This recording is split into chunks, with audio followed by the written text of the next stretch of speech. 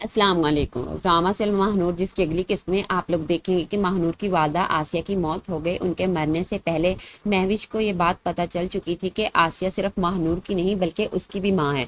इसलिए वो अपनी वालदा की कब्र पर बैठकर बहुत रोती है। कब्रिस्तान से सीधी वो महानूर के घर जाएगी। वहाँ जैन भी आया हुआ था। महविश जैन से कहती है कि महानूर को बुलाओ, मुझे उससे सारा सच पूछना है। इतने में महानूर भी कमरे से आ गई तो महविश उससे सवाल करेगी कि तुम्हें सच पता था कि तुम मेरी बहन हो। तो शायद महानूर से कह दे कि मुझे तो खुद कल अम्मी ने बताया है। ये बात जानने के बाद कि दिलावर अली मेरे बाप हैं, मुझे मेरा तो उनकी शक्ल देखने का भी दिल नहीं कर रहा।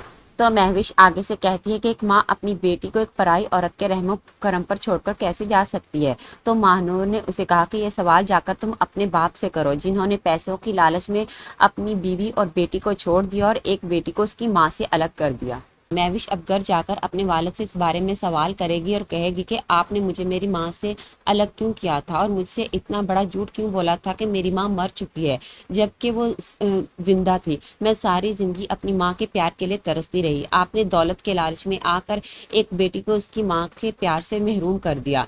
अब शायद महविश भी अपने बाप से नाराज हो जाएगी और खुद को कमरे में बंद करके बहुत रोती है।